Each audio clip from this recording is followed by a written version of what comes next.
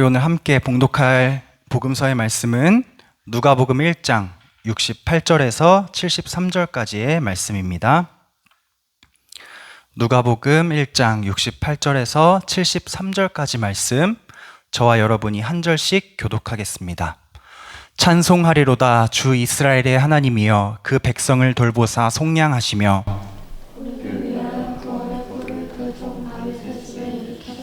이것은 주께서 예로부터 거룩한 선지자의 입을 빌려 말씀하신 바와 같이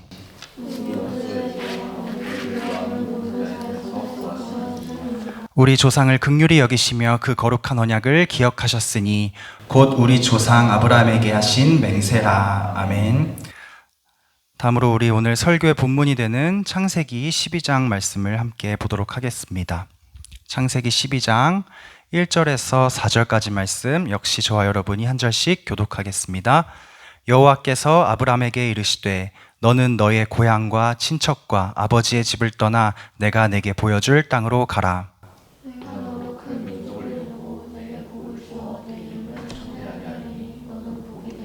너를 축복하는 자에게는 내가 복을 내리고 너를 저주하는 자에게는 내가 저주하리니 땅의 모든 족속이 너로 말미암아 복을 얻을 것이라 하신지라.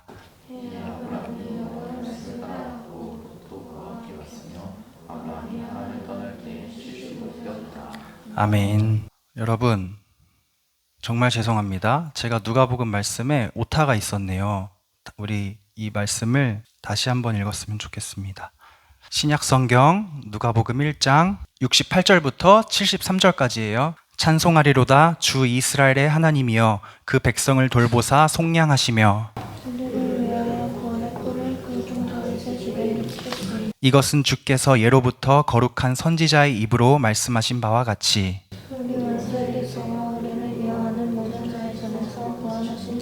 우리 조상을 긍휼히 여기시며 그 거룩한 언약을 기억하셨으니 곧 우리 조상 아브라함에게 하신 맹세라. 아멘. 오늘 말씀의 제목을 우리 함께 읽어보겠습니다. 시작. 복된 인생의 출발점이라는 제목입니다. 여러분, 세상에 살아가는 사람들을 보면 정말 다양한 모습으로 각양각색의 삶을 살아갑니다. 여기 앉아있는 사람들만 봐도 다 인생이 정말 다르잖아요. 똑같이 살아가는 사람은 한 사람도 없어요. 이름도 다르고요, 외모도 다르고, 가족관계도 다르고, 성격도 다르고, MBTI도 다르고, 취향도 달라, 직업도 달라, 습관도 달라, 그리고 꿈도 달라요. 모든 것이 다 다릅니다. 근데 여러분, 우리가 이렇게 다 다르게 살아가지만 우리 인생들의 가장 마지막에는, 마지막 순간에는 누구나 똑같은, 누구나 동일한 것을 마주하고 맞이하게 됩니다. 그게 뭐죠? 모든 사람이 동일하게 맞닥뜨리는 그것, 뭐일 것 같아요? 그렇죠. 죽음이라는 것이 이 인생들에게는 공통적으로 다가오는 동일한 순간이죠. 삶의 결론이 사실 다 똑같습니다. 이 땅에서 주어진 시간을 마치고, 그게 얼마나 되는지는 각자 또 다르지만 각자에게 주어진 시간을 마치고 잠에 드는 시간이 옵니다. 그 죽음이라는 것을 나의 운명으로 받아들이는가 아니면 애써 외면하는가에 따라서 사실 자기 인생에 대한 진지함이 달라집니다. 여러분은 지금 아직 어리고 창창할 때라서 죽음이란 것을 생각하기가 좀 어려운 상황일 수도 있지만 누구나 사실은 그것을 받아들여야 하기에 죽음이라는 그 주어진 사실 앞에 그것을 받아들이는가 아니면 외면하는가에 따라서 나의 이 땅에서의 삶에 대한 진지함이 달라지는 거예요. 그럼 여러분, 모든 사람들이 다 어차피 죽을 거고 허무한 인생을 살아가는데 왜 우리는 그토록 행복하고 싶어 할까? 이 땅에서 주어진 시간이 한정되어 있는데 사람들은 모두가 행복을 찾아서 살아갑니다. 행복이란 뭘까? 복이란 뭘까? 잘 된다는 것은 뭘까? 잘 사는 것은 뭘까? 그 답을 찾기 위해 모든 사람이 애를 씁니다. 그런데 여러분, 제가 자신 있게 말할 수 있는 것은 그 어떤 사람도 행복이라는 그 사람이 가질 수 있는 행복이라는 것에 가장 근원적인 답을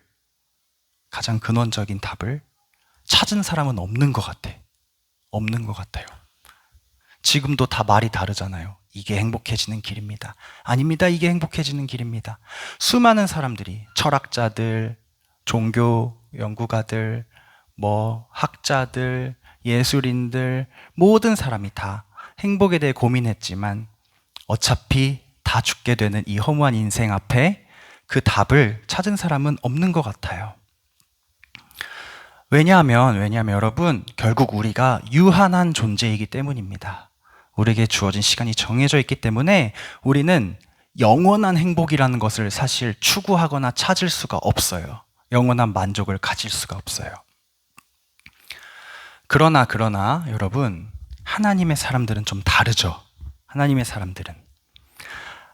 사람들은 내가 유한한 존재인 것을 너무 잘 알고 있기에, 그것을 받아들이고 있기에 나의 밖에서, 내 안이 아니라 나의 밖에서 복의 근원을 찾게 됩니다. 눈을 돌리는 거야. 내가 어떻게 뭘 해야 행복해질 수 있을까? 이렇게 살아가다가 답이 없음을 깨닫고 나의 외부에서 이제 무엇이 나를 영원한 만족으로, 영원한 행복으로 이끌어줄 수 있을까를 찾게 되는 거예요. 성경은 이야기합니다. 하나님 자녀들의 인생은 다른 사람들의 인생과 다르다. 허무하지 않다. 아벨은 이름의 뜻이 허무한이었어요. 그는 정말 허무한 삶을 살았습니다. 성경에 단 한 번 주님 앞에 예배드린 그 이야기만 쓰여 있고 바로 형한테 죽어요. 피를 흘려 죽습니다. 정말 허무하죠. 그러나 성경은 말합니다. 그거 허무한 인생이 아니다. 아니래요. 이 땅을 살아가는 사람들의 가치관과는 너무 다른 해석이야. 인생에 대하여. 누가 봐도 저건 허무하고 어이없고 억울한 인생인데 하나님이 아니라고 말씀하세요. 우리의 인생의 끝은 우리의 생각과 다르다. 험하지 않다. 이 땅에서보다 더 크고 더 깊고 더 완전하고 더 행복한 세상이 이 땅 너머에 분명히 존재한다는 것이 성경의 일관된 증언입니다. 우리는 그것을 믿는 사람들이죠. 믿기로 작정한 사람들이에요. 그런데 여러분, 문제가 있습니다. 그 하나님이 주시는 영원한 행복을 붙잡는 믿음에도 문제가 있어요. 뭐냐면 어떻게 믿어 그걸? 눈에 보이지가 않잖아요. 어떻게 써져 있는 말씀을 그대로 믿냐고요. 아직 일어나지 않은 일인데, 천국이란 것 아직 일어나지 않은 일인데 어떻게 그것을 확신하고 우리가 하나님의 가치관 안에서 살아갈 수가 있냐고요. 세상엔 이미 땅의 가치관으로 살아가는 사람들이 너무나도 많은데 믿음에 대한 문제가 있어요. 그런 우리들에게 여러분, 오늘 읽은 본문의 주인공인 아브라함이란 사람은 너무너무 소중하고 고마운 증인이자 신앙의 정말 보물과도 같은 이야기를 쓴 사람이에요. 하나님이 이렇게 아브라함에게 찾아오셔서 말씀하셨습니다. 너는 복이 될지라. 여기서부터 이미 하나님의 사고방식과 인간의 사고방식은 천지차이라는 것을 우리가 알게 돼요. 왜냐하면 우리는 어떻게 해야 복을 얻을 수 있을까? 어디에 가면 복이 찾아올까? 어떤 신을 믿으면 내가 진짜 복될 수 있을까? 이런 고민을 하는 게 인간인데 하나님은 어떻게 말씀하시냐면 너가 복이 될 것이다. 복을 어디서 찾지 말라는 거예요. 너 자체가 복의 근원이 될 것이고 내가 그렇게 만들어줄 테니까 나만 보고 따라와 하는 게 하나님의 방식이에요. 인간과는 다릅니다. 하나님은 우리를 복을 찾아다니는 사람이 아니라 복의 근원이 되시기를 바라세요. 그래서 우리에게 찾아와 주셨습니다. 그래서 오늘 말씀의 주제, 그리고 앞으로 아브라함 이야기를 보면서 우리의 말씀의 주제는 이것입니다. 하나님을 신뢰함으로 허무한 인생에서 복된 인생으로 대역전이 일어난 이 아브라함의 인생, 그 인생이 어떻게 시작되었고 어떻게 끝마치게 되었는가, 하나님이 그 안에 어떻게 역사하셨는가를 보는 거예요. 그리고 우리도 그 길을 똑같이 걸어가기를 위해서 기도하는 것, 그것이 우리 말씀의 주제입니다. 복된 인생의 출발점이 무엇인가를 찾아가는 거예요. 여러분, 잠깐 노아 이야기로 돌아가면, 노아가 세 아들과 며느리들과 방주에서 1년 10일을 있다가 나왔죠. 나와서 하나님이 이 아들들에게, 노아의 아들들에게 복을 주셨습니다. 이 세 명의 아들의 이름이 뭐냐면, 따라해보세요. 셈, 함, 야벳. 셈, 다시 셈, 함, 야벳. 안 외워도 돼요. 셈, 함, 야벳은. 그냥 세 명이 있다는 걸 알려주려고 한 거예요. 이 세 명의 아들이 이제 며느리, 그러니까 자기 아내와 이제 결혼을 했잖아. 부부가, 세 쌍의 부부가 있는 거잖아. 이 세 쌍의 부부를 통해서 또 자녀들이 많이 나오고 사람들이 점점 번성해 갑니다. 우리 창세기 10장을 펴볼까요? 창세기 10장.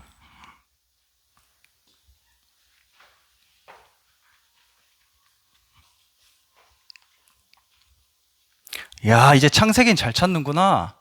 창세기 어디 있는지 이제 알았구나, 얘들아. 훌륭합니다. 순영이 바로 찾아버렸네. 야, 역시. 자, 우리 창세기 10장 1절을 다 같이 읽어볼까요? 시작. 노아의 아들 셈과 함과 야벳의 족보는 이러하니라. 홍수 후에 그들이 아들을 낳았으니. 네, 홍수 이후에 셈과 함과 야벳이, 노아의 아들들이 또 아들들을 낳기 시작해요. 그 중에 야벳부터 성경은 어떤 아이들을 낳았는지 이름을 쭉 말해줘요. 우리가 방금 읽은 1절 이후 2절부터 4절까지 뭐 고멜, 마곡, 마대, 야완, 두발, 메색, 이런 이름들이 있는데 사실 기억할 필요는 없고, 결론이 5절에 있어요. 우리 5절을 한번 읽어볼까요? 10장 5절. 시작. 이들로부터 여러 나라 백성으로 나뉘어서 각기 언어와 종족과 나라대로 바닷가의 땅에 머물렀더라. 네, 야벳의 아들들이 쭉쭉쭉쭉쭉 나와서 여러 나라 백성으로 나뉘어서 각자의 언어와 종족과 나라대로 바닷가의 땅에 머물렀다. 이렇게 되어 있습니다. 하나님이 번성하고 생육하라고 하신 그 복을 따라서 잘 살고 있어요. 자, 야벳은 이렇고, 그 다음 함을 봅시다. 함을 보면 6절부터는 이제 함의 아들들이 나와요. 뭐 함의 아들은 구스, 미스라임, 붓, 가나안이고 누구고 이렇게 또 아들들의 이름이 쭉 길게 나오고, 결론은 31절에 있습니다. 우리 31절 다 같이 읽어볼까요? 10장 31절. 시작. 쏘리 20절 20절 읽어봅시다. 시작.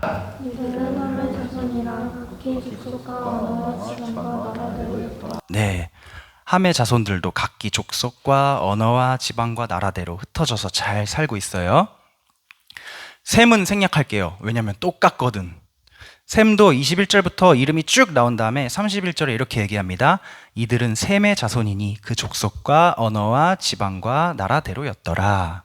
네, 세 아들들과 그 아들들이 족속과 언어와 지방과 나라대로 흩어져서 잘 살고 있습니다. 이렇게 홍수라는 인류의 입장에서 아주 큰 대위기가 있었지만, 하나님의 눈에 들었던 노아와 가족들을 통해서 사람들은 멸절되지 않고 전멸하지 않고 살아남았고, 다시 한번 생육하고 번성하여서 온 땅에 가득해지는 복을 누리게 돼요. 그러나 그렇게 계속 살았으면 좋았을 텐데 또 문제가 발생합니다. 어떤 문제가 발생하냐면, 사실 이미 첫사람 아담 때부터 사람들은 하나님의 형상이었지만 깨어진 하나님의 형상이 되어버렸잖아요. 뭐 때문에?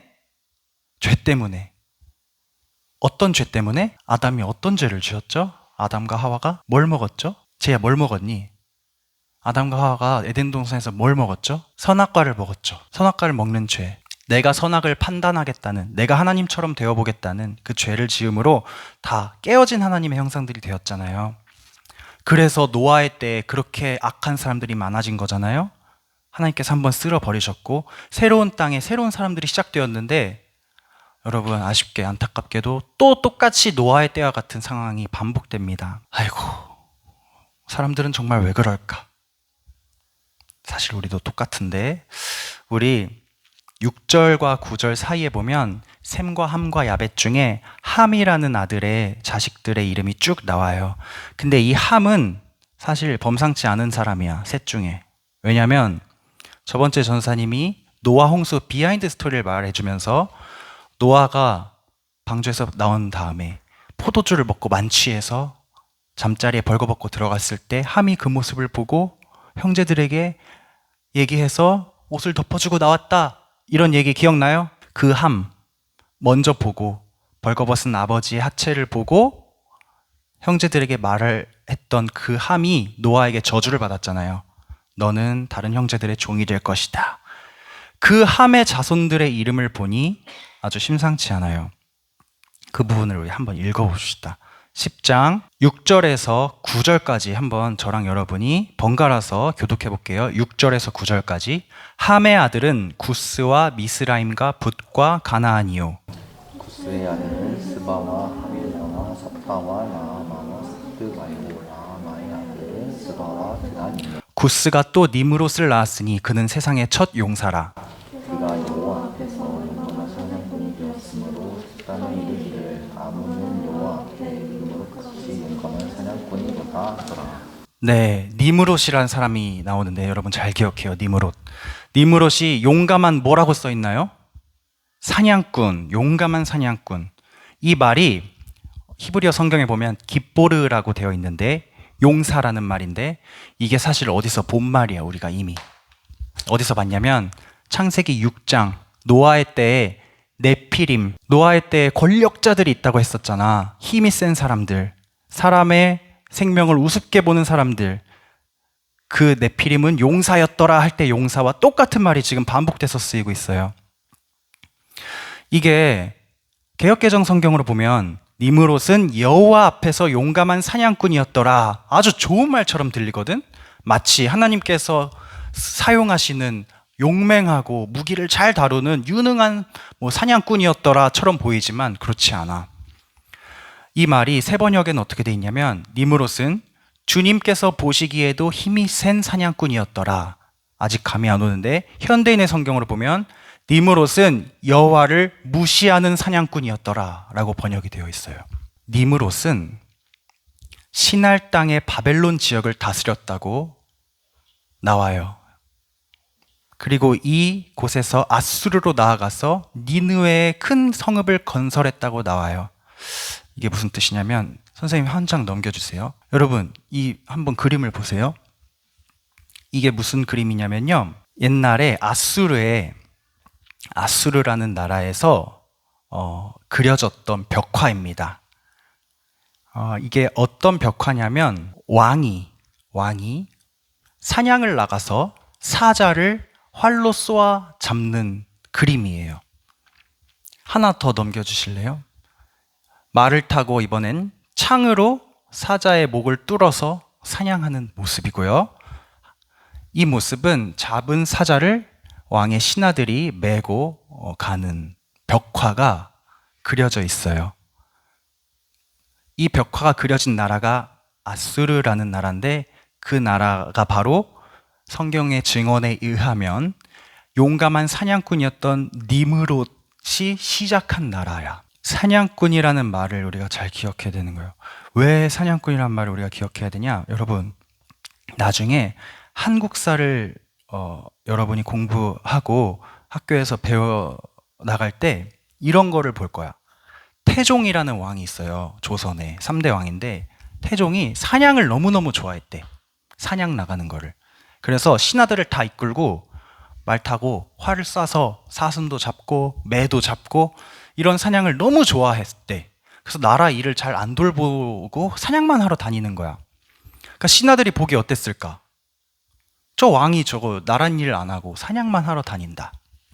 그래서 이런 규칙을 세웁니다. 왕은 앞으로 뭐 일주일에 몇 번만 사냥을 할 수 있음. 이런 규칙을 만들어요.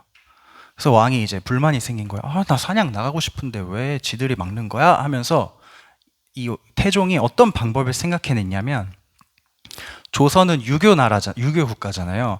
유교는 조상들을 모시는 제사를 굉장히 중요하게 생각하거든. 그게 지금까지도 내려와서 할머니, 할아버지들 제사 드리는 집이 많잖아. 이 왕이 조상들을 모시는 그 제사에 제물이 올라가야 돼, 고기가. 그 고기를 왕이 꼭 사냥을 나가서 잡아서 바쳐야 한다는 규칙을 만든 거야. 그러니까 이제 태종은 제사가 있을 때마다 사냥을 나갈 수 있는 합법적인 이제 근거를 만들어낸 거지. 이것은 여러분, 왕이 있는 나라의 긴 전통이에요. 뭐냐면, 제사와 사냥은 뗄래야 뗄 수 없는 관계야. 이것을 제의적 사냥이라고 불러. 사냥을 제사로 활용하는 거야. 니므롯 때 아수르나 바벨론도 다르지 않았습니다. 고대 이집트, 애굽도 마찬가지였어요. 애굽의 벽화에 보면 바로가 그 숯불에 걸려 있는 사자를 활로 이렇게 쏘아서 잡는 도장들이 엄청 많이 발굴이 되었어. 무슨 말을 하려고 하는 거냐면, 여러분, 다시 한번 노아의 때와 똑같이 권력자가 생기고 왕이 생기고 생명을 우습게 여기고 자기의 그 어떤 강함을, 권력을 폭력으로 나타내는 도시 국가의 시스템이 또 만들어진 거야. 또 사람이 이제 번성하기 시작하니까. 지금도 마찬가지죠. 이런 배경 속에서 여러분이 너무 잘 알고 있는 한 스토리가 등장합니다. 창세기 11장을 여러분 펴봅시다. 11장 1절부터 9절까지 저와 여러분이 한 절씩 교독해 볼게요. 온 땅의 언어가 하나요, 말이 하나였더라. 그들이 동방으로 옮기다가 시날 평지를 만나 거기 거류하며 서로 말하되, 자, 벽돌을 만들어 견고히 굽자 하고, 이에 벽돌로 돌을 대신하며 역청으로 진흙을 대신하고, 또 말하되 자 성읍과 탑을 건설하여 그 탑 꼭대기를 하늘에 닿게 하여 우리 이름을 내고 온 지면에 흩어짐을 면하자 하였더니 여호와께서 사람들이 건설하는 그 성읍과 탑을 보려고 내려오셨더라. 여호와께서 이르시되 우리가 한 족속이요 언어도 하나이므로 이같이 시작하였으니 이후로는 그 하고자 하는 일을 막을 수 없으리로다. 자, 우리가 내려가서 거기서 그들의 언어를 혼잡하게 하여 그들이 서로 알아듣지 못하게 하자 하시고, 여호와께서 거기서 그들을 온 지면에 흩으셨으므로 그들이 그 도시를 건설하기를 그쳤다. 함께 읽겠습니다. 그러므로 그 이름을 바벨이라 하니 이는 여호와께서 거기서 온 땅의 언어를 혼잡하게 하셨음이니라. 여호와께서 거기서 그들을 온 지면에 흩으셨더라. 바벨탑 이야기 여러분 잘 많이 들어봤던. 바벨이 근데 아까 니므롯이 시작한 나라였다고 했잖아요. 바벨탑을 건설하는 게 왜 하나님 앞에 죄였을까? 여러분 6절을 다시 한번 눈으로 보세요. 6절. 6절에 보니까 여호와께서 이르시되 이 무리가 한 족속이요 언어도 하나이므로 이같이 시작하였으니 이후로는 그 하고자 하는 일을 막을 수 없으리로다 했는데, 좀 이상한 게 있어요. 방금 우리가 노아의 세 아들의 아들들이 번성하는 이야기를 보면서 각각의 언어와 각각의 나라와 각각의 족속대로 흩어져서 번성했다고 이미 증언을 했는데, 갑자기 또 언어가 하나였고 온 땅의 언어가 하나였고 말이 하나였더라? 이게 말이 안 되잖아. 앞장에서 얘기했잖아. 다 흩어져서 각각의 언어와 각각의 나라, 족속대로 흩어졌다라고 이미 얘기를 했는데 11장에 오니까 온 땅이 언어가 하나였고 말이 하나였대. 뭐가 맞는 거야? 순서가 이렇게 꼬였나? 잘못됐나? 11장이 앞에 왔어야 되는데? 그 말이 아니라 여러분, 11장에 창세기 11장 바벨탑 사건에 나타나는 온 땅의 언어가 하나이고 말이 하나라는 말은 원어 성경을 보니까 이런 뜻이 있어요. 하나님께서 그들을 보시고 이렇게 말씀하세요. 이 사람들의 언어를 혼잡하게 하여 그들이 서로의 말을 듣지 않게 하자 라고 하세요. 즉 언어가 하나였다는 말은 한국어, 중국어, 일본어, 베트남어 뭐 이렇게 언어가 여러 개였다는 말이 아니라 사람들이 한 마음 한 뜻으로 한 명령 아래에서 탑을 짓기 시작했다는 말이야. 내가 만약 여기서 얘들아 여기에 탑 하나 짓자 라고 했어. 근데 제이가 싫어요, 저 피곤합니다, 저 오늘 집에 가겠습니다 라고 하면 이것은 우리가 한 언어가 아닌 거야. 한 말이 아닌 거야. 근데 내가 쇠몽둥이를 들고 와가지고 자 여기다 탑 하나 지읍시다 이렇게 했어. 다 흙 날라 퍼오세요 했는데 제이가 갑자기 아니요 저 오늘 피곤해서 집 갈래요 했더니 내가 가서 갑자기 제이를 쇠몽둥이로 패기 시작해. 그럼 다른 사람이 보면 어떨까? 저 사람의 말을 거역하면 저렇게 되는구나. 그럼 흙 풀어 가겠어요, 안 가겠어요? 가겠죠. 이게 온 땅의 언어와 말이 하나였다는 말에 숨겨진 뜻이야. 권력자 한 명의 명령으로 인해서 모든 사람이 만장일치로 행동을 하는 것. 바벨탑이 어딘지 지금 모르지만 성경에 이 이야기가 쓰여졌다고 여겨지는 그때의 유적들을 발굴하면 이 고대 근동 이스라엘 주변 나라들의 모든 왕들이 다 대규모 건축을 했어요. 그리고 대규모 건축을 할 때 백성들에게 이렇게 명령합니다. 내 자녀들아 성읍과 즉 도시와 성전을 건축하자. 도시와 탑, 바벨탑의 의미거든요.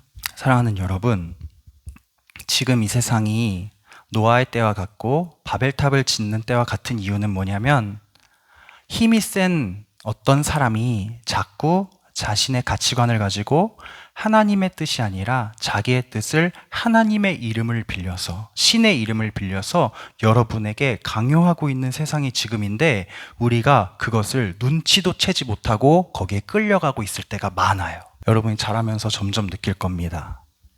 하나님의 말씀을 진정으로 전하는 사람이 이 땅에 없어.